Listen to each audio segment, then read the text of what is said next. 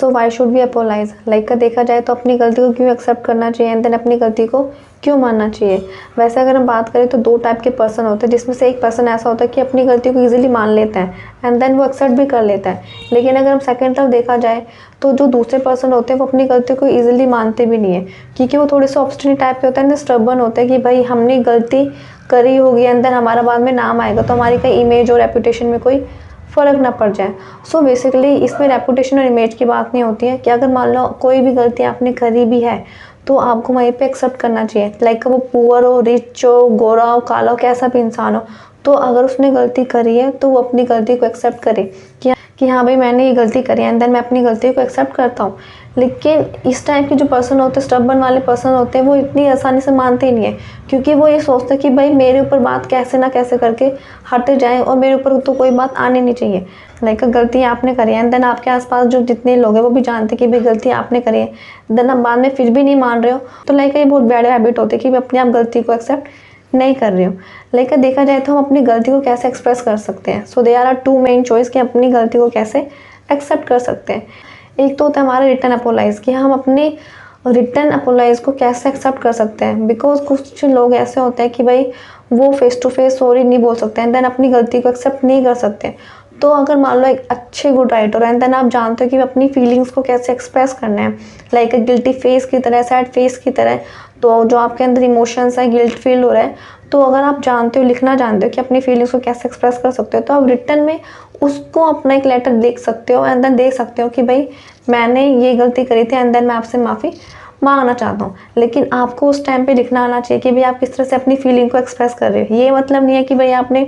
Sorry बोला and then आप उस पेपर में भी आई एम सॉरी लिख कर बोल रहे हो और बीच में स्माइली फेस बता रहे हो। सॉरी इन दैट मीन कि आप एक तरह से फॉर्मेलिटी पूरी कर रहे हो।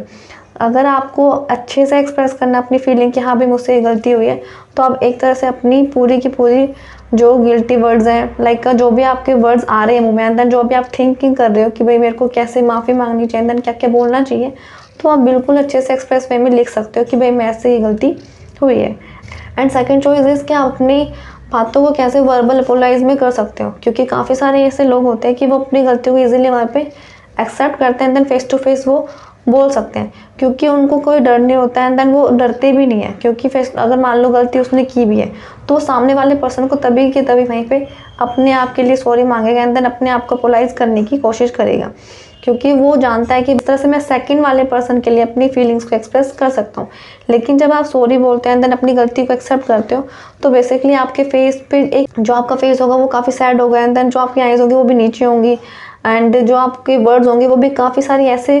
सॉफ्टली वॉइस में होंगे, सोरोफुली वॉइस में होंगे कि भाई सामने वाले पर्सन को लगे कि हाँ भाई आपको वाकई में रिग्रेट फील हुआ है एंड देन आप दिल से सॉरी एक्सेप्ट कर रहे हो एंड देन दिल से अपने आप को अपोलाइज करने के लिए कोशिश कर रहे हो। अगर आप अपनी गलती को एक्सेप्ट कर ले तो तभी के तभी तो एक साफ काफ़ी अच्छी हैबिट होती है एंड देन काफ़ी इफेक्टिव बनाता है, काफ़ी क्रिएटिव बनाता है ह्यूमन बीइंग के क्रिएचर को एंड देन ह्यूमन बीइंग के नेचर को भी। अगर मान लो आपसे कोई गलती हुई भी है एंड देन आपने वहाँ पे तभी सॉरी नहीं बोला एंड देन अपनी गलती को एक्सेप्ट नहीं किया, तो जो आसपास के लोग होते हैं वो काफ़ी ना काफ़ी बातें बनाते हैं एंड देन आपके ऊपर भी एक तरह का क्या रहता है, लोडेड रहता है कि भाई कैसे ना कैसे करके भाई मेरे ऊपर ये लोड है तो मैं कैसे इसको उधारूँ या फिर मैं इसको कैसे मतलब चुकाऊँ। सो बेसिकली आप वहीं पे अपनी बातों को क्लियर कर लो, अपनी प्रॉब्लम्स को खुद सॉल्व करो एंड देन जब गलती है तो अपने आप को अपोलाइज करने की कोशिश करो। So basically we have to discuss कि हम अपनी गलतियों को कैसे एक्सेप्ट कर सकते हैं, किस तरह से अपने आप को अपोलाइज करना ज़रूरी होता है। And you remember always one thing, your apologise need to be the most creative and the most effective.